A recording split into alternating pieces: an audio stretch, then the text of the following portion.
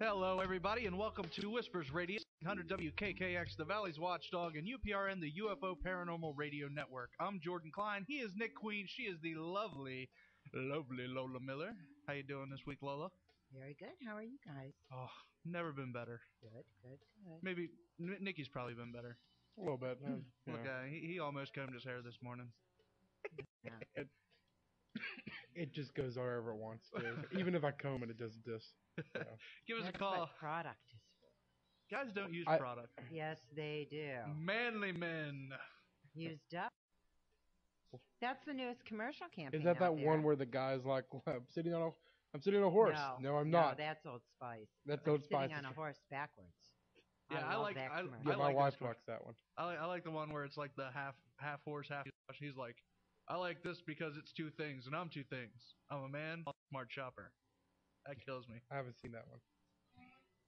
Give us a call, 304-214-1600. If 1-866-5-1600. That's toll free. We'd love to hear from you. We haven't had any phone calls in a while. Got a letter.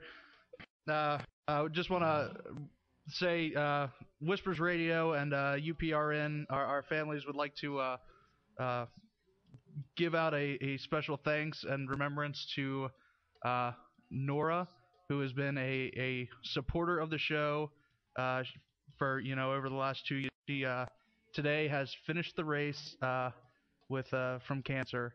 She passed away just moments ago. She has given us research materials and stuff like that. Thought that they would help. They're the ones that found the plate from the Queen Mary and give it to us. So I just want to encourage everybody to send your prayers and thoughts that way to the family. So. I got the call right before the show. Sad. So I just want to do that. Also, we got the Penn trip coming up.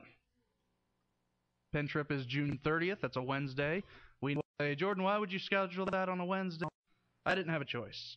But it's a Wednesday, and we were like, man, what can we do to make it more fun? You know what? I know it's a Wednesday, but I'm going to go anyway. Well, we're bringing demonologists to New York to come and give a presentation about demonology and all that kind of thing, going through the pen with us. Herb Street, who is an investigator who has created the Herb Street, he's going to be going through the pen with you guys. And Drake, who is a big part of the show, she's been on the show probably more than anybody else. She teaches classes, she does that, and she also knows about the pen. She's trying to be there as well. Guys, we're also going to be giving. It's going to be a fun night. Well worth the Wednesday night trip, and we're really looking forward to hearing from you. Go to whispersradio.com. There's a little space at the top that says Ghost Hunt. Click on it, and you can get your tickets. It'll be a fun time. There's a limited amount of tickets, and we want to make sure everybody. How come nobody ever told me? Well, anybody else have anything to chime in? No, our guest is on the phone. Introduce our guest. I can do that. Right, well, Archbishop James Long studied for over 6 years as a Catholic priest. At age 5, he knew he wanted to be a priest, and at age 9, began studying demons because he felt God was calling him to serve as a demonologist. He is currently the presiding Archbishop for the United States Church. Bishop, you with us? I sure am. Thanks for inviting me to come on. Yeah, we're looking forward to it. Something that we always enjoy talking about. I don't know if you can enjoy it, but topic, I don't know, kind of getting timely too, to some degree. But now, being Archbishop, now what exactly? Honest, I'm not a Catholic, so I always get confused with the, bishop, priest. I'll be honest. Yeah, what are you? I've been asked that many times. What am I? Before Archbishop, bishop, before anything, I'm a priest. I'm a servant of the church, and that's what titles. And when you start talking about archbishops and bishops, certainly those are titles within the church. There's also a level of responsibilities, and of course, when you're talking about apostolic see, apostolic succession, then you're talking about bishops and more et cetera, et cetera. So the Archbishop is the head of the United States Old Catholic Church, which I am. But at the same time, before anything else, before Archbishop, before Bishop, I am a priest, and that is the most important thing that I stress to. So I'm a servant. That's good, and that's good to clear up. Now, demonology fall into this? Is that do you usually take this field like that part of? Is that a mistake? Actually, no. Demonology is when you fall into a demonology field, to serve in this type of ministry. It really is a calling to serve in this field. Not all are called in the field of demonology, and just as not all are called to serve in the of the priesthood, not all are called to serve as a demonologist. And so that's one thing that, especially when I do conferences and talks, that demonology is secular. Demonology is theological. It's not paranormal. And I've stressed that again because quite often the secular world, a theological term, and has tried to made it a secular term, and it's not. Demonology is truly it's a ministry and it's a calling, and so really it should be one who is called obviously to study demonology. Now, how do you feel about the people like Ed and Lorraine Warren, who are the strict demonologists? How do you feel about people like that they say, well, if regular people get possessed, they call a priest gets possessed, they call Ed and Lorraine. That's like their thing. So how do you feel about that? Well, when a priest gets possessed, they call another priest. They don't call Ed and Lorraine. Ed and Lorraine and so, well, Ed has passed away, but Lorraine and she'll tell you she's not an so that she cannot perform an exorcism because she's not an ordained priest. So if a priest is possessed, she cannot perform an exorcism. I think she says she's a demonologist. That's that she goes by, I guess. Yeah, see, now understand that there are laity demonologists. Mm-hmm. Can you explain that to me? Because I thought the demonologist did the exorcisms. Oh, I'm really glad that you. A demonologist is one who has actually studied demonology and who is appointed at times by church officials to go out and actually perhaps cases of demonic cases, and who present those cases to the church for the possibility of performing minor rite of exorcism or the solemn ritual. Now, there's a difference between the minor rite of exorcism and the solemn ritual. The minor rite is an exorcism that's performed on a house such as a demonic infestation. Okay. The minor rite of exorcism, that's the minor rite. The solemn ritual that is performed on a person who is possessed. Okay. There's a distinction between the two. That can only be performed by an ordained exorcist, the solemn ritual. And that is a person who is possessed. A trained demonologist out and perform investigations, determine whether it's infestation or possession, and then, of course, the church determination is made on whether or not an exorcism is needed to perform an exorcism. Now, can you tell us honestly how often does the church perform exorcism? Hollywood says now, oh, we don't do that anymore. When it's them that an exorcism is needed. Like for real life, what's it really like? Well, I've done 4 real exorcisms in 10 years. Now, yeah. But now keep in mind, exorcisms and deliverances are 2 different things.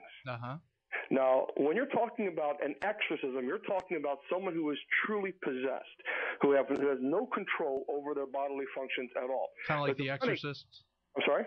Like the movie The Exorcist, turning green and vomiting stuff. Well, it's similar. I'm shooting out there. I'm sorry. Yeah, I think once you actually an exorcist and you perform well, let me just. This is something that I do for no charge. There's no money at all. I could spend at least 60 hours a week on this. Mm-hmm. If I was absolutely not convinced that possession did not exist, I would be doing something else with my time. Yeah. I have a doctorate in ministry education. I graduated from Loyola University in Chicago, in Sarasota, Florida. I'm pretty educated. Yeah. I can tell you that the things that I have seen and witnessed, I am absolutely 100% convinced as I'm speaking to you now that possession does exist. Wow. And I can tell you that it is horrific. Yeah. Now, I will say that of the horrific conditions that do it is so serious that I can also tell you that it's dangerous. Yeah.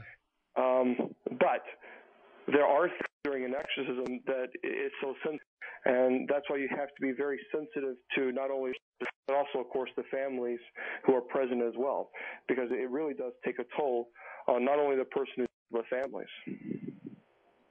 Now, I hate to bring up movies again, but Sure, no problem. the movie The Exorcism of Emily, that shows the woman is just beat up and looks decrepit. That's kind of what it's like through the process of an exorcism.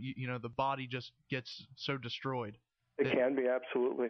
That all the sound bites and the case file, and it actually went to trial, and so I have practically the whole entire case, everything on her name. Her name was Anneliese Michel, and she was a young German girl, and her body was so deteriorated by the time that she was only 68 pounds. Wow. And she had died from malnutrition, dehydration. And the reason being is the demonic would not allow her to eat at all. And that's very common, especially possessed. Now, she was diabolically possessed. Possession of multiple. So food and water, food and water would never be allowed because obviously she would get violently ill. And there were she would pray, and she would literally be lifted from the floor and slap wooden floors, and her parents just would thump like someone was lifting and thumping the onto the floor. That's what it sounded like. Wow. When they were downstairs. It just sounded like someone was just constantly, and it was her knees hitting the floor. And her parents and even the priests saw this happening. Now, have you experienced things like this too? Yes. Can you tell us any of those stories? Or I'm rather I stay away from talk about a couple. One situation is the first time that I've ever come across is a young girl. She was 17 years old, and she had actually, when we got involved, bitten her tongue off. She was biting the bottom part of her lip and trying to gouge her eyes and lacerated her cheekbone. To the point where you could almost see her cheek. She was in trouble. Yeah. And so, but she was almost in a like a catatonic state to the point where she wasn't responding, and it was almost like she was gargling, like she was choking. And of course, I was lifting her neck up to kind of remove whatever that was perhaps maybe blocking her passage. And she opened her eyes, and there was nothing but solid black. Nothing. It was just the blackness. But it was a reflection. It was a blackness that would look. You could actually see. You can actually see paranormal clergy. That goes off nonstop. But it's interesting because you can actually see the reflection, your own reflection. And it was. I stopped. Actually, at the moment, I couldn't move, and it was pretty. When you look in someone's eyes, and you actually kind of. It makes you think for a second. And actually, I stopped, and I was the assistant at that time, and the main exorcist performed this quick blessing, and we continued with the ritual. Well, we had a phone call with a question. Wanted to know, how do you know what you'd use to determine the difference between someone that is possessed and, say, someone that is ill, like a schizophrenic or something like that? Good question. And one thing that we do is we have a psychological evaluation before we even think about having an exorcist come even close to the person who is allegedly possessed. We have a psychological evaluation. We have a thorough background check, the medication the person is on, and then of course we have we have to speak to the doctor, the psychiatrist who has given the background of the psychological evaluation. We have to absolutely rule out everything. Understand that I am the biggest skeptic there is. Yeah. So when someone calls me and says that they think that they're possessed, the very first thing is prove it. And really, I am a huge skeptic, because there's one of four things that are going on. Either one, they're lying, and they're just trying to get attention. Two, they're mistaking the information. They're mistaken. They think that there's something going on, but it can be explained logically. Three, they're telling you the truth. Or four, they're mentally ill. And it's one of those four. Yeah. And so I'm the type of person that I'm like, prove it to me. I don't believe it until you prove it. And so, and furthermore, a person who is mentally ill, a person who is mentally ill cannot have the knowledge of dead languages. A mentally ill cannot speak the dead languages backwards, like mimicking. When I speak Aramaic, the Our Father in Aramaic, entity actually spoke I was saying Our Father in Aramaic, and then it would actually say it backwards, mocking me in Aramaic. Schizophrenia, that is a clear thing else there. A schizophrenic person cannot know your sins. So there are many things that a person who is schizophrenic cannot do that a demonic entity. They can't replicate it.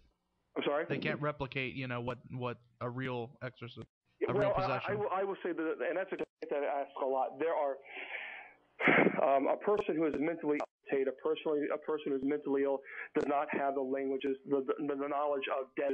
A person who is mentally ill does not know your personal sins.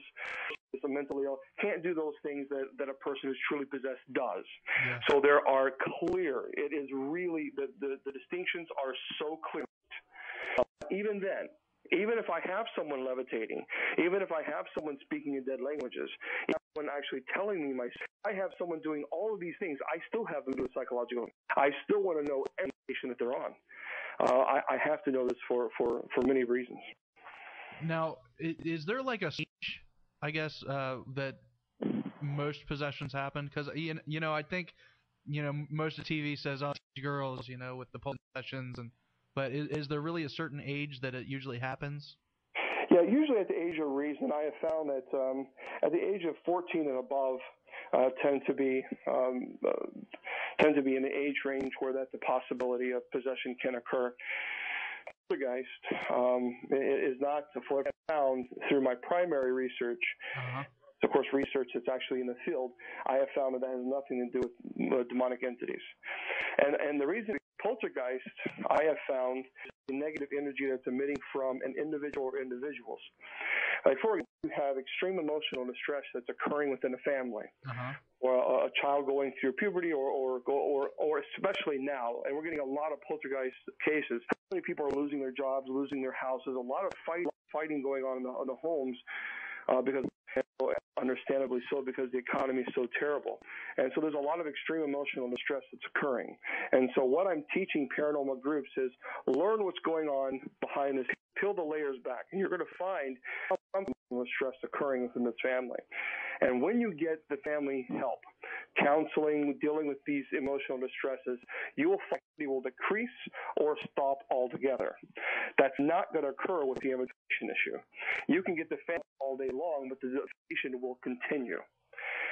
So furthermore, if you take, let's say, if you have someone going through extreme emotional distress that's causing the poltergeist activity, if a person from the home, the activity will stop. With a demonic infestation, if you remove everyone from the home, the demonic continues. Yeah. And so, therefore, the demonic infestation and poltergeist are two different things. Yeah. Wow. We are going to take a break real quick. If you can hang with Bishop James Long, we're talking about exorcisms. We're talking about demonology. Our number's here, 304-1600. Toll free, 1-866-1600. Our astronomers, an indie band from Virginia. Your radio. We'll be right back. Post-game recap, assess and reassess and make a note of high and low to save for next time. Learn a thing or two.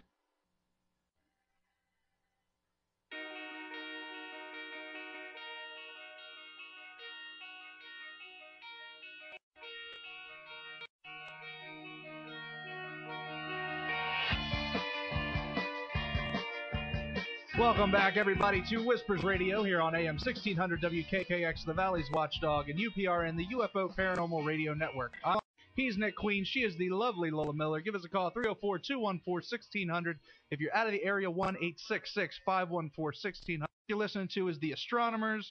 They're a band out of Virginia. Go on MySpace and Facebook on there. They're a great group of people. Music is awesome. Archbishop James Long, exorcisms. Sir, you still with us? Yeah. Oh, absolutely not. Now, before the break, we were talking about the difference between a possession and a poltergeist. Okay, Yeah. I want to steer clear of too much of the paranormal and get into like the ritual, because the difference between a deliverance and the ritual. Mhm. Can you talk to us about? Well, when you're talking about the ritual, you're talking about when you're talking about the minor rite and the solemn ritual. Technically, the minor rite of exorcism, the laity can perform, and that is again, it's a house blessing, and that is, it is a beautiful blessing. Uh-huh. It's primarily done for if you have human spirits that are deliverance on a home that are present. When you're dealing with demonic entities, something that's more malevolent and evil, and to get someone who is a little bit more advanced certainly in demonology. The solemn ritual, you're talking about someone who is possessed. And that is extensive, and you have to get into not only, of course, the physical implications, but you have to get into the spiritual, the mental, the legal consequences as well. There's a lot that goes into performing a solemn ritual of exorcism. It's not something that's done overnight at all. It can't be. It's something that must be done with great care. So all T's must be crossed and I's must be dotted. You have to understand, you don't want to. And one of you guys asked earlier about illnesses versus someone who's possessed. Uh-huh. One thing you don't ever want to do is perform an exorcism who has multiple personality disorder, for example. And the reason being is because homework. Uh-huh. And you perform an who has multiple personality disorder, and they're not possessed. And what you do is you create another personality. Really? And so this is why it's to make sure that you do the whole. You speak to their doctor. You make sure that you're doing that's scientific, respectful before you move obviously into the spiritual realm. Now, when you get somebody like that, does the doctor ever say, "There's apparently something wrong with her. I want to hospitalize her first," and try to like downplay anything just so he can, Sure, yes, and if that's the case, I would never go to a person and say, "Listen, I think the doctor is wrong." If the doctor comes to me and says, "This person clearly is showing signs of mental illness," then I'm going to tell your doctor is saying that you are showing mental illness. I am not a doctor. I'm not a mental therapist, and therefore my advice to you is to seek mental help first. Now, I've dealt with psychiatrists who have said medicine is not going to help the person. It's not going to help this person stop levitating. It's not going to help this person stop speaking in dead languages. And so I have had doctors tell this person needs and of course that takes great humbleness on their part, because obviously many doctors think that medicine and therapy will take care of the issue. But if facts are, if the person is levitating and the person is speaking dead languages and the person is speaking signs that are outside of the norms of mental illness, then the doctors, I have workers who say, "Listen, this is outside the and so they will call me. All right. Well, now, going back to even before any of this happens, two questions that me. What does this person to make themselves vulnerable to become possessed, and what is one's goal in possessing them? Well, as far as what there's a variety of reasons as to why possessed. It could have been something that they have done, such as provoking. If they're a paranormal investigator, stop provoking. It's very dangerous. Now, what exactly do they do to provoke the demon itself? Well, many paranormal investigators will go and investigations, and they'll say, "Hey, if you're so tough, show something. Show me something. Do something. If you're so bad, why don't you do something to me?" Yeah, I've heard that a lot. He said he's heard it a lot. I've heard it a lot. I've did it once or twice. And I was on Ghost Adventures with Zach Bagans, and I was to my church, and I told Zach, I said, "Zach, you got to stop this stuff. What you're doing is going to cause harm to you." And as a matter of fact, I'm very proud of them, because they have recently said, "Look, we're dealing with some personal as we provoke." And so, and They do. It's very dangerous to provoke. So by provoking, just because the demonic does not provoke then, does not mean it will not provoke later. I've always kind of felt that way. Why go to a place and purposely, try something that you're not even sure of who or what it is, angry? It just never gets to me. It makes good for good TV. Are the same. See, here's the thing. A lot of guys will go in with this machismo attitude. Yeah. We're going to beat it up. But see, the problem is we're thinking of the physical realm. Yeah. And we can't think like that. They exist on the physical realm. They exist on the spiritual realm. The consequence of the physical realm. So the problem is we are thinking already, well, we're going to beat it up, we're going to hit it, and we're going to punch it. Well, that doesn't. They don't exist in that realm. We are at an age. It's like shadow boxing. It really, it kind of is, and they're very patient, and so they're going to see you face to face. They're going to see you when you're at your most vulnerable, when you're sleeping, when you lift, and that's when they attack. Because they're cowards, opportunists. And so they're not going to attack you face to face. They're not going to see you face to face. They're not going to do that. They're going to see you when you are at your least or your most vulnerable. Well, we had another phone call. They'd like to know, if an exorcism has been successful, where does this demon go? And this is my take onto it. Does it find another soul to immediately attach onto, or does it kind of like go back to hell? It talks about the lake of sulfur, the fiery lake of sulfur. And quite honestly, a lot of times when you are in the presence of a demonic entity, you will actually get that sulfur. And it's about in Revelation about that. And so it is our theological belief that when a demonic entity is expelled from a human and is defeated by the power, of course, of God, not by the exorcist. The exorcist is only an instrument in which God is using to defeat the demonic. The demonic is tortured and is thrown into the fiery pits of the sulfur of hell. And so, theologically speaking, that the torture exists within hell. Now, have you to a demon that's, I've seen you before, Long, I'll show you, this time, or anything like that, or... Oh, sure. I mean, I'm kind of, making fun a little bit, but you know what I'm saying? I mean, and so do you believe that that's the same demon, or do you believe that it's, just trying to get at your nerves to some degree? Well, yeah, and the thing is that you don't listen to demonic entities. You do not allow them to manipulate the conversation. Demonic entities will often try to manipulate the conversation. Often. Demonic entities will imitate the voice of a deceased loved one. And they have done that. Wow. And so I've been in a situation where they've done that as well. So they will try to pull those emotional strings, and so you just simply do not allow that to occur. You have to control the entire. An exorcist is controlling the entire situation. I will tell you this: during an exorcism, there is no such thing as a bystander. During an exorcism, that doesn't exist. A bystander does not exist ever. Every single person who is present must be actively aware. Otherwise, it's not an exorcism. I mean, because an exorcist would never allow, ever, a bystander. That's why I will never perform an exorcism on camera. Now, a deliverance, that's different. When you're praying over someone and that's a state of oppression. That's when someone is oppressed. They're feeling like a demonic entity or an evil spirit, malevolent spirit is attached to them, and you're forcing the entity to remove the person's presence. That's a different story. That's not that's not possession. But when you perform the solemn ritual, every person present be actively engaged in prayer. No. Well, this goes back. When we were at the West Virginia Penitentiary, we did a ghost thing last year, and we were all in this sugar shack, which is like the hellhole of the place.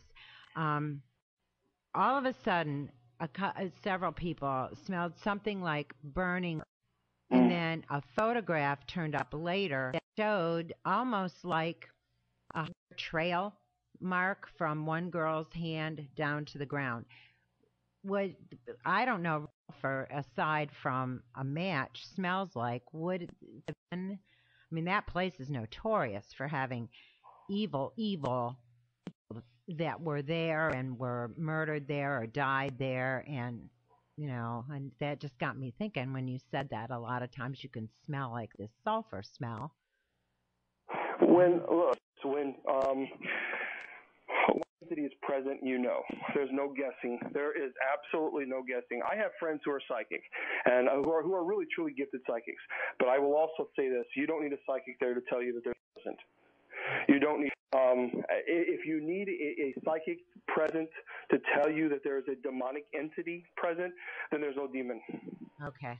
Plain and simple. There's no demon. Every single person get an overwhelming sensation of oppression. The feeling is unmistakably. It's just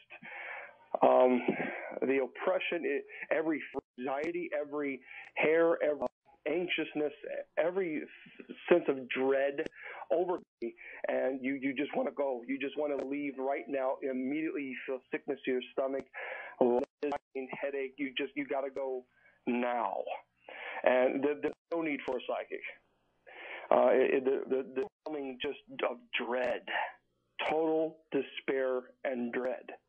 Mikkel, when she was being treated, her seizures, she had mild seizure. She had terrible seizures. She was at one hospital, and she described some of the visions that she had were truly terrible. I mean, and she began to emit an odor, and the odor was just bad. I mean, it smelled like feces. And a lot of times, with the demonic entity that's present, is you'll get that overwhelming sensation of a really foul, rotten odor flesh. It's just a terrible odor. And so again, it just everything that you can possibly that will turn your stomach does, and that's when you truly know that you have something that's evil. Plus, there are other outward signs of manifestation, but there's no guessing at all. There's no guessing. Yeah, if you see somebody floating in the air that smells like rotten eggs, it's not. Yeah, it's rotten eggs. It's not time for a bath, It's all pretty overwhelming. Now, okay, go ahead, Nick. I was mentioning this to you when we were talking before the interview and everything. I know the chief exorcist in the Vatican Church, which is different from Catholic. Yeah. But his name Gabriel Amorth. And I'm hoping I'm saying that right, but I probably am not. That that the devil is in is Vatican, or that the devil resides. And of course he points out that cardinals that don't believe in Jesus. Of course, the pedophilia scandal that's been, I don't know for how long, that's that's been talked about in the media. Now, how could that happen? I mean, it just seems to me to be something that, you would, going into the church, this thinking, it's probably a good job, to give me stability for the next 60, 70 years. I mean, how does that like that take place? Well, when you have human beings involved, you're going to have some rotten apples. Mm-hmm. All right. Now, I will say this: my time in a seminary, in the Roman Catholic seminary, was the best time of my life. The people that I met, the priests that I met, were some of the best, most holy that I have ever come across in my entire life. Uh-huh. Wow. I could only wish that I could be not a quarter of piety, the holiness, the humbleness that they have is inspiring. And even the women, the nuns that have been so incredibly inspiring. So I have been blessed with knowing by men and women of the church who were just really true role models. Now, you have those few rotten apples that had no business being in the priesthood, who obviously have caused a great deal of harm and pain, and it's a shame. So I think, yes, there's evil certainly within those individuals who cause so much turmoil, but I think overall the church will get past this. Of course, as it goes out and the pain goes, I can't imagine the people who've they're suffering at the hands of the priests that they trusted. Yeah. There's no excuse. We have a zero tolerance stuff in the old Catholic Church. We to the police. There's just a absolute zero tolerance for that, and we allow our priests to marry. So, but that's neither here nor there. We can argue celibacy issue. This is pedophilia. This is an illness, and so I think those individuals need to get the help. They need to get it defrocked. Mm-hmm. They need to be removed from it, and obviously get the help that they needed. But I think when you have human beings, you're going to have some unfortunately some rotten apples in the barrel. I've come across some just wonderful men and women to meet. Yeah, even though you hold a high position in a church, it doesn't mean that you're not human, and it doesn't mean you can't mess up at all. Well, I think that's where a lot of people see that wrong. I think ego can certainly get in the way, especially, and I've met some bishops who were very egotistical. They eyeball the. They want to. I met seminarians who were very egotistical. I mean, they had that purple power fever. They wanted to be a bishop. That was their main goal. That they want. So, I think yes, but that's the whole idea. The whole idea of the seminary is formation, academic and spiritual formation to weed out those people, for those people who are in. I got a question for you. We only got like a minute left. We're talking about exorcism. Just texted me a question. How do you stop when you're doing the ritual? How do you stop the demon from coming into somebody doing the exorcism or one of the guys praying? Like, how do you stop that from happening? Well, I mean, we're all we ourselves, of course, we're sanctified in oil, holy oil. Uh-huh. We're all blessed, and so it is always a risk. That's why we have two priests present in case to myself that I would be removed and an exorcism would continue. All right, Chip, I want to thank you very much for joining us today. Yes, thank you. Full of knowledge, like my brain's swelling. I love this conversation. We've always wanted to hear from a priest what the version of exorcism is, because we hear from all the laymen and stuff. Movies and TV influences so much of what people believe. Yeah, and can someone, if you're listening to an audio tape of a exorcism, if you have a demonic infestation issue or you're oppressed, yes, it can. Well, I apologize to the tens of thousands of that listen to that exorcism. Well, yeah, I would just give a disclaimer. Just simply say if you're dealing with a demonic infestation or oppression, you might not want to listen to the following recording. Wow. That sounds good. Yeah, hindsight's 20/20. Yeah. Thank you again. You're going to be hearing back from us because this is just a topic that's great, and I think that you really we needed to ask. And I want to thank you again very much for being a part of this. Been my pleasure. Thanks for the invite. Archbishop James Long. We got all your stuff up on pictures, some website or add whispersradio.com, and it'll link you all up there. Thank you, James. Thanks a lot. Bye. All right, bye-bye. Some heavy stuff. I feel kind of crazy, for playing the exorcisms now. I hate it.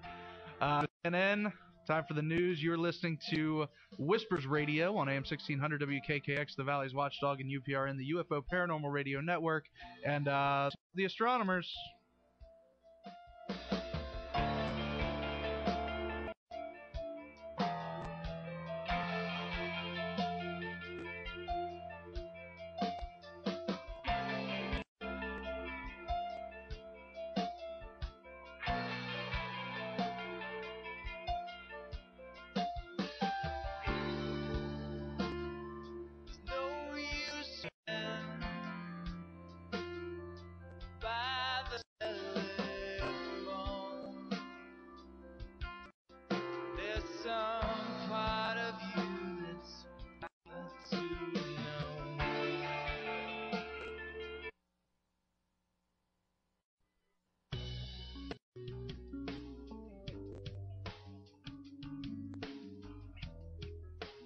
Hello, everybody, and welcome back to Whispers Radio here on AM 1600 WKKX, Watchdog, and UPRN, the UFO Paranormal Radio Network.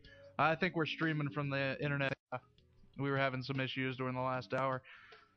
Anywho, I'm Jordan Klein, and she is the lovely Lola Miller. Give us a call, 244-1600 if you're 866-514-1600. That's toll free. It's like 64 degrees out here in downtown Wheeling. It's actually pretty nice, considering all the cold weather we've been having. Yes, it is. Yes, it is.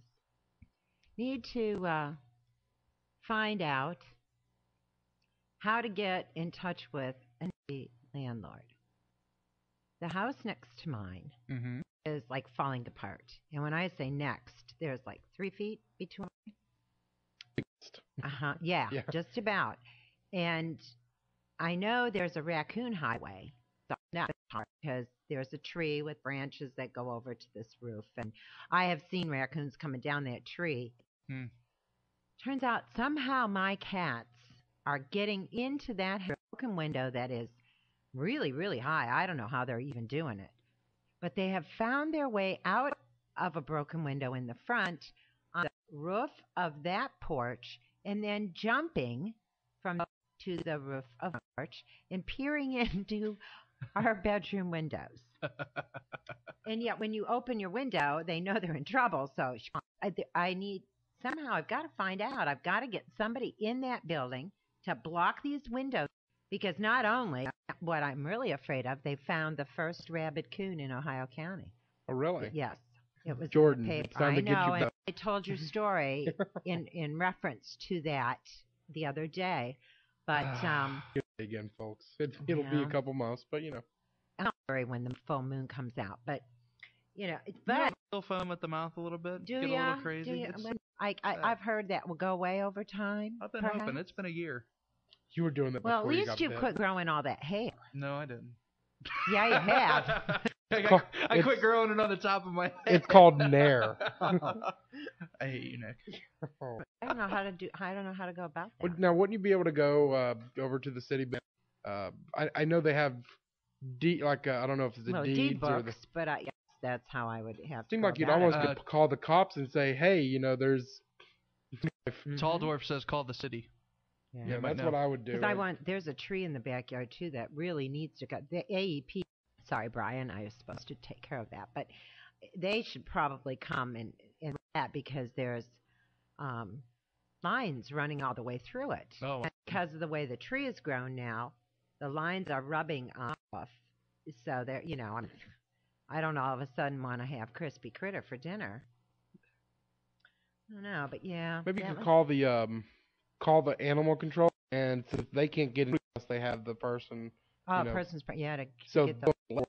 Then they get rid of the animals when they find the absentee landlord, and if they don't find them, they probably could find another way of getting in there, because it's it's a health hazard too for people. If you go to Lola, give us a call. Patch up the holes in your walls. I bet Linda said she freaked because all of a sudden she saw this tail go past her bedroom window, and that looked like the cat's. Can't be the cat's tail. It's up on the 2nd floor. Actually, it's like the 3rd floor when you're looking at my house. And she's that can't be. And so she was like stuck her head out, and a lady from across the street went, "Is that your cat up there?" Like, oh no. Jeez. I wondered why he wasn't getting dirty anymore when he was gone all the time. That's because he's in the house next door. He's playing around, exploring. Yeah, is it Tigger? No, but Tigger has been. One of the guys that walks their dogs past the house told me Tigger's going in and out of that basement window, but this was the Oss. Oh. So he knows better. Yes. I want to remind everybody, too, coming up June 30th. That is a Wednesday. We got some specials, though, to kind of sweeten the deal from it being on an inconvenient day. Demonologist Dwayne Claude coming in from New York for investigators Herb Street. I believe he's from New York as well, Nick. Is that? He's from Buffalo, I think. That's New York. And from West Virginia, Sherry Brake, who does all the pen. Not in New York. Yeah, Nick. They're going to be joining us, giving presentations, helping out. Sherry's got a lot of history that deals with the pen. We're going to be giving away T-shirts, too, that, say, like, 2nd annual pen trip with Whispers. It'll be a fun time for everybody. The presentation from Dwayne Claude is going to be brought to us by Grandview Park, and we thank them very, very much for that because it's going to be fun times. So best kept secret of the Northern Panhandle, or even the state of West Virginia. Man. Okay, that's the Grandview is the second best. Oh There we yeah, go. Grandview is they have It was really awesome. done wonderful things Oh, with yeah. that place. We went up there and we were both just like, really, this was up here? We didn't know. This is here? I mean, they had a Mosaico, and he Yeah. took us everywhere around there, and it was just like, The stuff they've done a lot because I've been back been up. back? The stuff they've done since you and I both went. yeah. And he was redone a lot. enthusiastic. I mean, he's like, we're going to do this, and if it even comes, halfway to what he had planned, it's going to be legendary. So Legendary. legend. Wait So for go it. to whispersradio.com on Ghost Hunt. Get your ticket. It'll be good times. Lola, where you were saying that the cattail at the window, New Year, that's what Romanek saw out of his window. Could be. My cat. Nick, you want to introduce our guest? I can do that, I guess. All right. Chris Iversen is the co-owner and co of Open Minds Forum and the Serpo website. He's the public face of the Project Serpo investigation. Chris, you with us? Yes, I am. How you doing, Nick? Well, very good. Yourself? Great, thank you. Chris, I got a question. It's something that I've had problem. My brain isn't working around it because it was first introduced to me as like saying Avatar is real. Right. And I haven't been able to twist my brain around, I guess, the Serpo project. Can you explain it to me? That's dumb. I'll try to help you out there and get you here a little Undumbify bit. me? Don't use big words. I'll He's speak yeah. The Project Serpo first came out at the end of 2005. Uh-huh. As you said, there's been a lot of things around that make it somewhat difficult to try to get your head around and try to understand. There's been a lot of intrigue behind the scenes. There's been some pieces of information. And, of course, with just about anything that is out there in the world of ufology and phenomena, you have debunkers, people who are trying to, the magician's trick on you and force you to look elsewhere while something else is going on. In this particular case, we've never really quite sure if Project Serpo was named for the project itself, or if this was a name that as somewhat of a cover for it when it went public.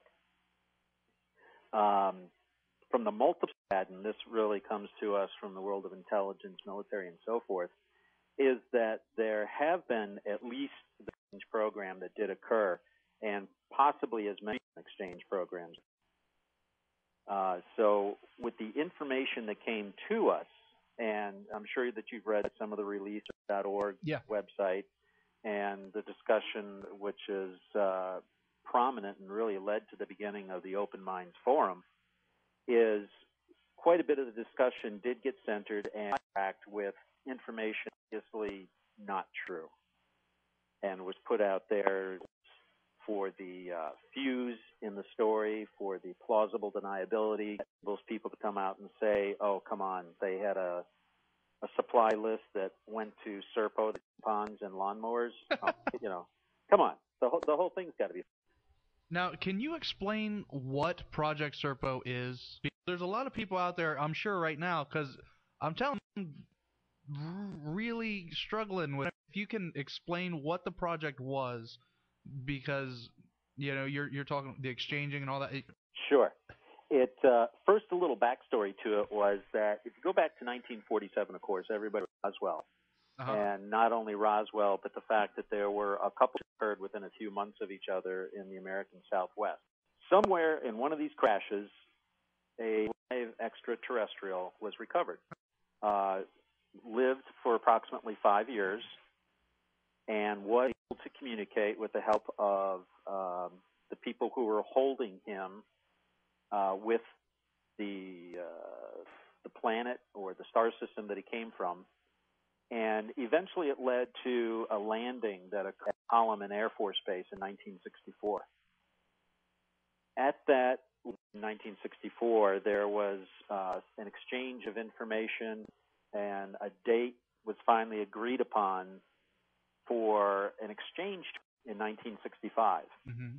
And the original name for this project, by the Crystal Night, when it was finalized and the report came out after the astronauts returned, it was changed to Proxpo. The Crystal Knight we're pretty sure about. The renaming for Serpo we're positive about, as far as the name went. But anyway, there were 12 people that trained for approximately 18 months. They were basically sheep-dipped in terms of what had happened to them. So for all intents and purposes, if anybody tried to, they would turn up in the military or intelligence records as being dead. And with the people, or these even, whoever you want to call it, the aliens, go back to their home planet.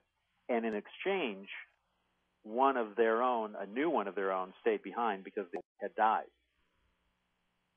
So the first one... So they got 12 of ours and we only got one of them? Yeah, kind of gives you a sense of worth and value to us, I guess. Really, I think they had a lot more to contribute to us than we did to them. Our government. There you go. They screwed it up again. Yep. You know? Now, what exactly was our government looking for in this deal? I mean, was there some kind of an exchange of, like if, because a lot of times when governments, about the world will do this kind of an exchange of ambassadors or so forth, they're always seeking some kind of relations back and forth and hoping that if, that we're going to come to some kind of understanding, at least culturally. So what exactly were we looking for? Out of this particular project, what we were looking for was base energy. Okay. And secondarily, what they are. But primarily because this was a project that was run by basically a combination of the CIA and they really were looking at the tech, whether it be in terms of transportation or weaponry, just advancements that aid and help us evolve in our fledgling economy post World War II. Now, is there any specifics as to what we gained from it in terms of technology? The microwave toaster. Right. Certain things like fiber optic cable. Okay. Is definitely one of the things that are mentioned. You can go back to where it's mentioned prominently. I'm sure familiar, and hopefully some of the audience is familiar with Philip Corso. And in Corso's book, he talks about the technology that was passed on to us basically through these programs, where they worked with our scientists and technological developers in terms of taking the technology and finding a way to introduce into our society. Now, he seemed to never come out and say definitively that there was an exchange program going on, because reading his book, it seemed like it was more of it was here, and he kind of more or less took the items from the crash and pushed them off to like this manufacturer, this company, for them to back engineer. Exactly. And now, is that kind of like instead of understanding was that it was from the crash, that instead that they were giving us like, well, take a look, and then somehow it got to him and he shuttled it out or something? I think he was responsible for the dissemination of the projects to the military and industry. It's pretty typical, whether you're in intelligence or military, where you have compartmentalization that occurs in any project. You had everything from the people who prepped the astronauts to the people who took care of them when they came back, to somebody who was period of receiving the information. And in this particular case, that would be Corso, and never told where it all came from. I'm sure, being as intelligent as you probably pretty much guess where it came from, as there had always been rumors that it was going on. And not one of the things, though, that he was really ever... You don't question things like that. You take what's given to you and you do what you're supposed to do with it. You follow your orders. And because of that, Corso, not necessarily things from the crash again, but things, the EBE. What is that? I'm sorry, which is extraterrestrial biological entity. Now, I know Jordan and myself have had arguments over this. Him pretty much saying that I'll believe anything, and him pretty much sticking to it's too incredible. I mean, to find around, like you said before. What exactly, if you were, going to go to court and have to lay out the case that this is happening or has happened in the past, I mean, what would you look at as Evidence. the smoking gun, so to speak? Well, there's so much evidence that really does exist. It's difficult to corroborate some of the evidence, though. You have official documents, whether it's about magic, the Magic 12, the SOM manual that tells you basically what to do if you encounter an alien or a crash and so forth. And they've always come out as for evidence and things that are out there. For me personally, one of the things that you have to go back to is in really thinking out. If you go way back and you look at Middle Ages history and art, where UFOs and aliens incorporated into everything from, well, even further back than that, cave paintings from over 10,000 years ago, to art and tapestry that was produced during the Middle Ages because of things that they saw in the sky. They didn't have any type of a reference. Well, mine is more for Serpo. What for Serpo itself? Yeah, for Serpo itself. Like, what is there that says, yeah, we had this exchange program? Where were they keeping this EBE? Who was in charge of that? How were they able to keep that under wrap? If it all happened. As Paul's website or on in the chat room, is there a legit paper trail and money trail? I mean, because I guess follow the money and follow the bureaucrats more or less. Exactly. Yeah, and both of which are very difficult to follow. I mean, if you go back to World War II, the Manhattan Project, you had an entire town of over 10,000 in the middle of the desert that nobody knew about. Yeah. If to the point through the use of black budgets and so forth, they can hide things. As kept, I believe from a conversation with actually two different conversations that I had with people who used to be assistant directors at CIA, one who publicly stated, Randolphi, indicated that there was an entity that was kept at Los Alamos. And that was a quote that I received from him that I was permitted to go ahead and give full attribute to him that he did say that. Wow. And that there were regular trips that were made from Washington to go out there to go see him. So what type of alien was it? Like what? It was, my understanding was that it was a gray. Okay. And of course, as I'm sure you're well aware of and has been brought up on the show and things that you've read, there's, based upon who you read and where, from 10 to perhaps as many as 80 different species that exist out there, and some of them are subspecies within. But this EBE that was kept, again, the extraterrestrial biological entity that was kept at Los Alamos, was a gray. And a classic gray. Okay. To us, it was the confirmation that we received from the various sources. The thing that happened that was somewhat of a confirmation in that the people who really pushed the research for it and started the Serpo.org website, and Carrie Cassidy from Project Camelot now, had tracked down through various means and without getting into the detail of it, found who they believed to be a reserve astronaut, somebody who was trained along with the people that went on the actual exchange program but didn't go, just in case somebody got sick or whatever, right, didn't, crapped out in the training or what have you. And supposedly there were 3 of them who were trained but never went. Well, through their research, they were able to find where this one person lived. And in an exchange that occurred with somebody that, I wish I could give the person's name, but I'm Bill Gates. Really not allowed to. Not Bill. If you keep naming U.S. citizens, I'll know, and we'll finally find the one. So we've only got an hour, so we only have so much time to go through that. But Bill and Carrie received a phone call from somebody very well known, has been very deep within the past, and basically in a private email exchange questioned them as to why they were bothering the old man.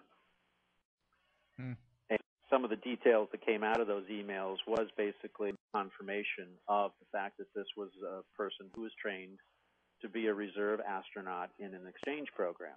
So it's kind of one of those things where it's almost like looking at something with your peripheral. You don't necessarily have that smoking gun document in front of you, but you can deduce based upon reactions that happen, like the scientists, the physicists out at CERN. They're not necessarily seeing everything that happens, but they're looking at it. And to us, I guess this would be something that you'd look at as a byproduct. Well, this person would not be if this wasn't a person in this. The other information that we had was he was a backup astronaut. Wow. And so you put those things together and you go, okay, that's confirmation. Wow.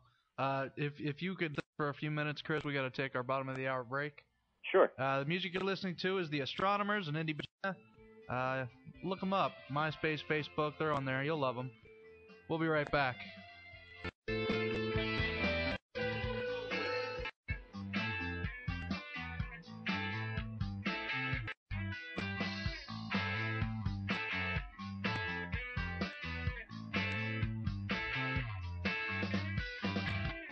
Everything in outline, symbol, complex theme.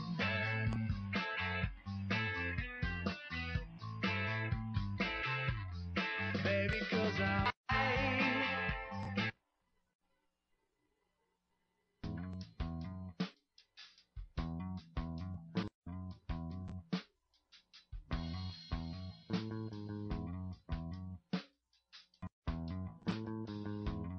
Hello, everybody, and welcome back to Whispers Radio, 1600 WKKX, the Valley's Watchdog, and UPRN, the UN Radio Network. It is 7:36. Sorry about that. PM.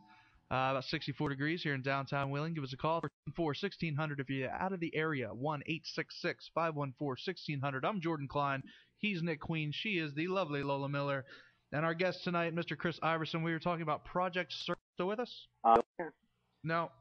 Nick. I was going to say, now I know from reading through the Serpo site, and there's a lot of stuff there. If anybody out there has never been there, it's serpo.org. Along the top are it's 133A, which is pretty much different leak of information from was it Reconnaissance or Anonymous or something like that about this Project Serpo itself, correct? Correct. Okay. Now, and this person's his identity has never been released at all, correct? That's correct. Okay. Now, is he still releasing information? Yes. Okay. The activities, the communication that goes back and forth between the person who is the primary contact anonymous is an individual by the name of Victor Martinez, who has about a 50-person email list that he distributes info on. But Victor, yes, literally is in steady contact, and it's, let's just say it's okay. What I was looking through here, and I always found it most interesting was descriptions of the planet, of what they discovered. But I know 12 went, 8 returned. 2 of them had died on Serpo itself. Was there ever any explanation given as to why? I mean, was there just their time to go or accident or anything like that? One actually died on the way there. Okay. And the way it was written up in the commander's journal that came out indicated that it looked like he might have died of an embolism.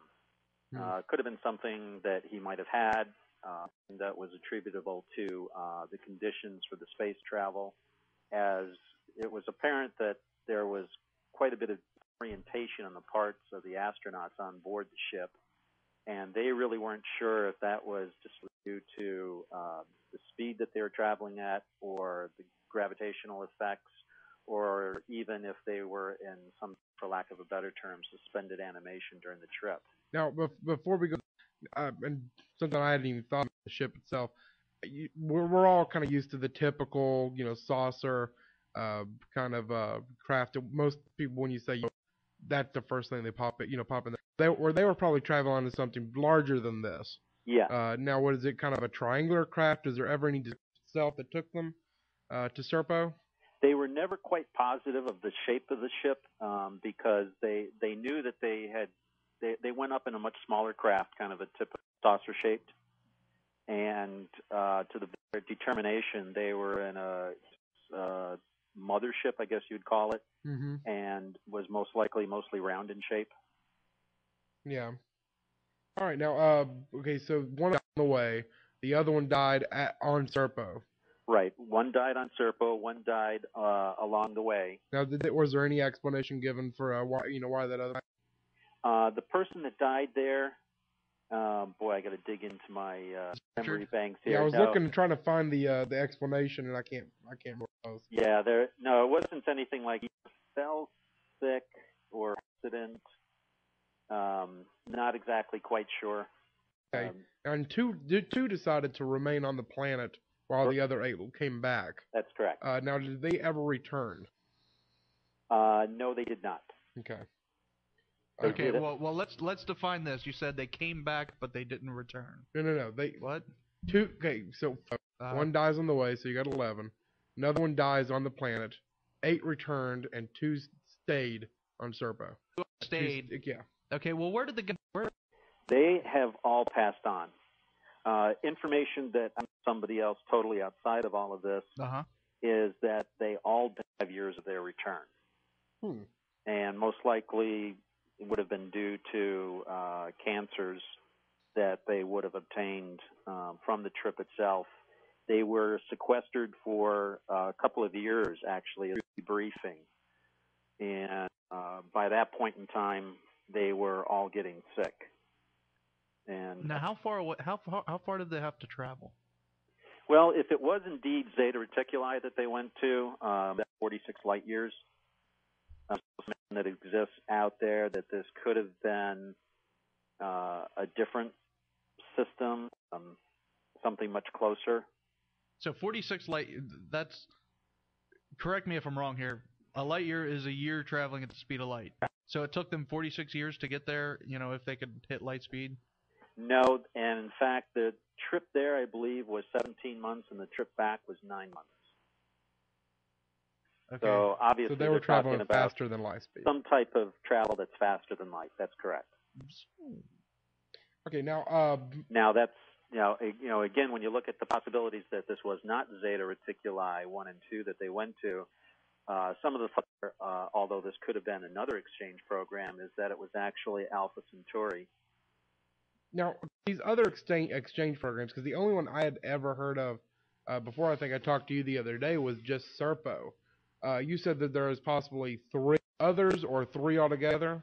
Right. Information that's come to us as we've tried to research this and talk to various people. There's one that's been mentioned where there were 3 people that went. And again, as I mentioned, that story was a potential site for one of the visits. Another one that was mentioned was Bernard's Star as a potential exchange visit that could have occurred. So it's hard to tell if these were nation stories that were put out there, or if these might have been actual different experiences that did occur. Okay. Now, real quick question from the board from NY Lily. These are telling you the truth. Never do. Yeah, you can't. You don't know if you can trust them. You don't know if you can. I think, to a certain degree, I think in general, I think Lily's correct that you really cannot trust. But I think in the case of the Eben that was kept here, the entity that was kept here, and the technology that was given, I'm sure that they went through a very extensive testing of the technology that they were given. And because there was even difficulty in trying to understand it, there was also some difficulty, of course, in trying to properly communicate the information, especially if you're trying to talk to somebody about something that they really don't know and understand. You're talking about a computer, fiber optic cables, microchips. Yeah, and and it's hard to even probably talk period because we have our own understanding of science that's probably much more primitive. And of course, we always reference back to Einstein's theory of relativity, whereas who the heck's Einstein, and what's what's relativity to that matter? I mean, so it's got to be difficult there. But another question: what exactly are they getting from this? I mean, technology. We send 12 to them. For the most part, it seems like they wanted to search the vastness that is our knowledge, technology. Exactly. They looked upon beings in the universe and wanted to study and figure out why we were. Yeah, I don't know if I can believe that. Yeah, I'm hoping you were going to laugh because I'm thinking if not, we've got a problem. Maybe we're screwed. Because that's perfect when the universe is doomed. I really believes that. Yes, him back real soon. Yeah. Well, what did they get? I mean, it actually appeared as though there was much of an exchange in terms of what we gave to them. If you go off of the journals that the commander kept and were provided in some of the releases, it appeared as though the planet that they were on, several other species also visiting there, they're pretty much allowed to roam around and explore and see what their plant life, their culture was. I don't think that they were really trying to learn all that much from us. I'm sure they kind of looked at us, as if we came a kind of primitive pygmies in Papua New Guinea. What are they to us? We'll study them. We can study them from afar. We can study them knowing that we're studying them. I'm sure that that's something that probably went on for quite some time upon us as some type of a primitive society. Now, did you? How do I say this? Now we walk freely around their country or their planet. How do we keep theirs so captured? I guess because we're paranoid. Seeing that I can believe because we still are. But I mean, at this point, it seems like to me, I mean, looking over everything, and I've not read through every single thing probably as deeply as you have. It seems they were almost into this, but up until the crash, they would have been happy not doing any of this. They would have kind of kind of keep the prime directive kind of thing. If everybody allow me to use Star Trek for a second, but the crash changed things. Yes, it did. When the being was recovered from the crash, I don't necessarily the crash because there had been crashes recorded prior to this. Okay. I think this was the first time that a live being was obtained from a crash. That's what really led to it. I think that there had always been somewhat of a mistrust and a misunderstanding about various crashes that had occurred in the past. It could have been happens in the United States. You think it happens over there. They were thinking it was us. Again, you've got that paranoia that exists. Who is it really, or is it from off planet? But when we covered EBE-1, as they called him, I think that changed it.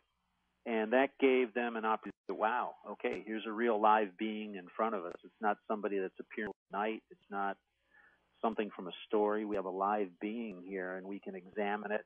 Some doctors are brought in to look at him and communicate with him. And I think that was the point in time that if you look at man's natural desire to explore, that's probably where the request came from us to them. It helped him to communicate back to his home planet. And in doing so, the suggestion basically came from us that we would like to go. Mm-hmm. Now, did they? The one thing I've never seen any pictures of this, and you would think they might not have ever been released. Are there images or videos? Is there any indication at all that there's that we have of images of the planet, the ships, or anything? Yes, we've been told that there are 1,000 documents that exist. That includes transit documents, their time that they spent off. There was also pictures that they took that came back. None of this, however, has been recorded. If it has been, it kind of is sitting out there in the mix of stuff that has been faked and photoshopped and everything else, and who knows. Yeah, that's one of the things that's so frustrating about any of this is that you never know. Well, you could do that easily with Photoshop, and Now, yourself, do you believe that Serpo actually happened? It did, yes. Okay, Well, now, he wouldn't be keeping the website and well, stuff not if he didn't. necessarily. I mean, it's it's a discussion. I think it's a valid question. How much of it do you think is disinformation, though? I'd say of what we're probably a good third of it at least is disinformation. And that's even the information that's on the site. Yes.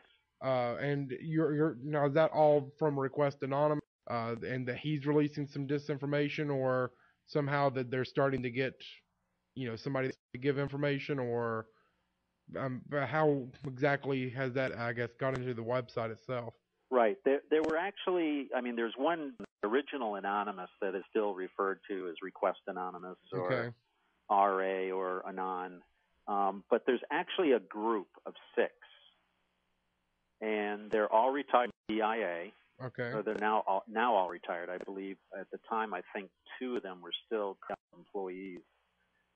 And as a group, they kind of got together and released information. Sources were written by one were written by another. There was also an attempt that was made by some people to hack in and steal the email accounts and spread false information that way. In an illegal attempt to determine who the identity was. Ultimately, it failed and fell apart and blew up in their face in a short period of time. Now, is it believed that we're the only government that's had a program? There's been some indication that others.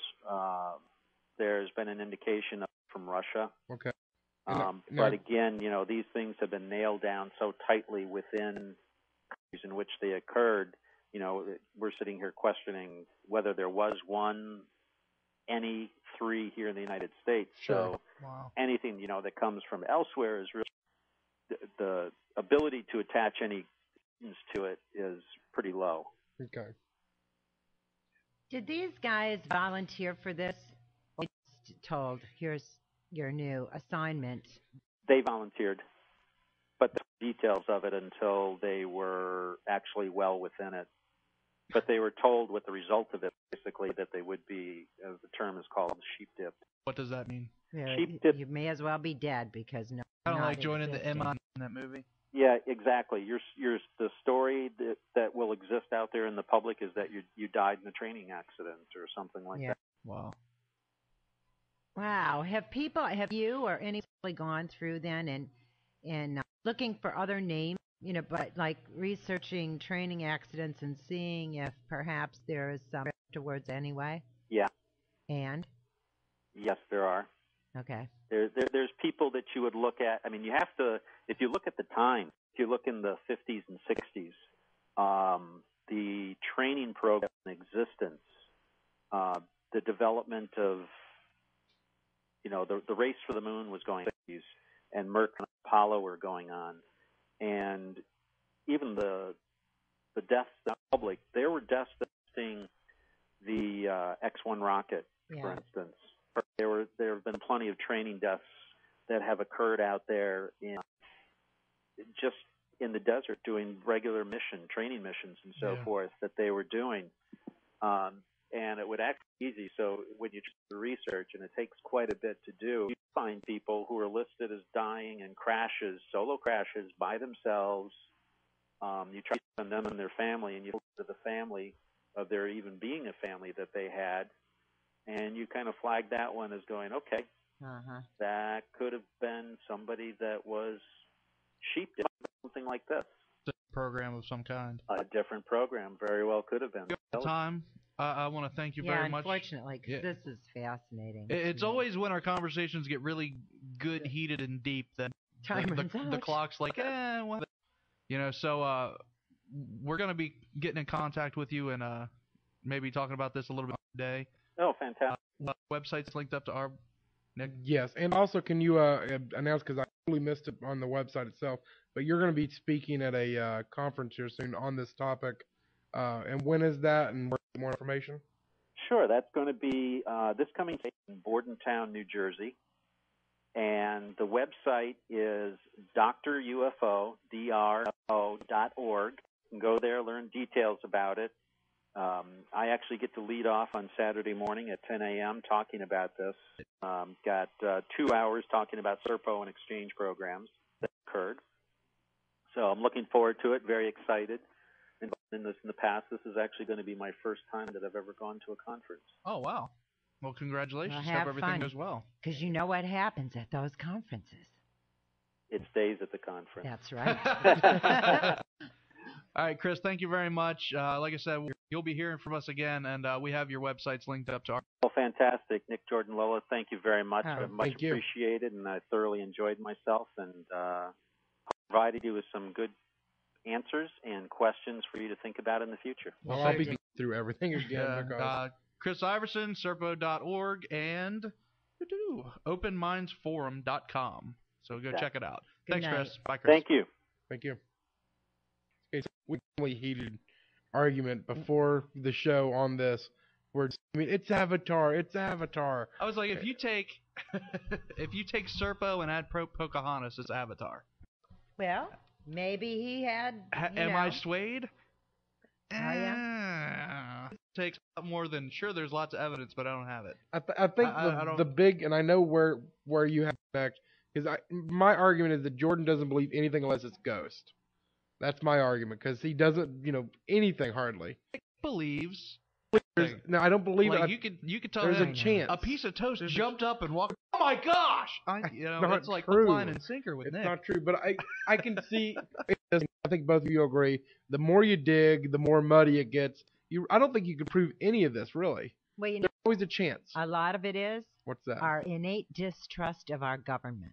Yeah. We can That trust our is- government completely. But I think that's why everybody kind of, this could be true. And I think Steve was talking Because about they this won't earlier. talk about it. Yeah. And it's sad that we have this real distrust of our government and what they tell us, but that's just the way. And ask both of you, is there a chance that the government did this? Probably. well- If they had the chance, of course they'd jump at this. Yep. I agree. So that's my whole reasoning behind it, and even release it because they're trying to hide even worse. Yep. So Yeah, because you release one thing, and that opens. Then for all other the other things. questions come. And if it's like, well, if you didn't tell us about this, Mhm. what are you not telling us about this? And It's like, my God, something really bad. yeah, Yeah, I know. so. I know. Next We week are done. we do have some guests lined up, but I'm still waiting for confirmation. I hate to say Okay. names before I Yeah. get the blast. Usually I go home and there's like a phone call. I'm like, oh, but You got it. they're slow. But, Okay. good show next week, though, from what I understand right now. The Good. pen. You guys will be amazed. The pen. Go. He just Go get your scared me. ticket. He actually had that was a really. Hi, Lola. Oh He my talked like a God. man there for a second. You hear that? Not a crime. I don't know how much when I do that. So. I'm gonna do the whole show next We week. gotta call Okay. Bishop back. Nick That's needs what an it reminded exorcist. me of. Bishop Long. All right. Long. Oh, All All right. right. Go buy the tickets to the pen. Everybody, don't be afraid. Only believe.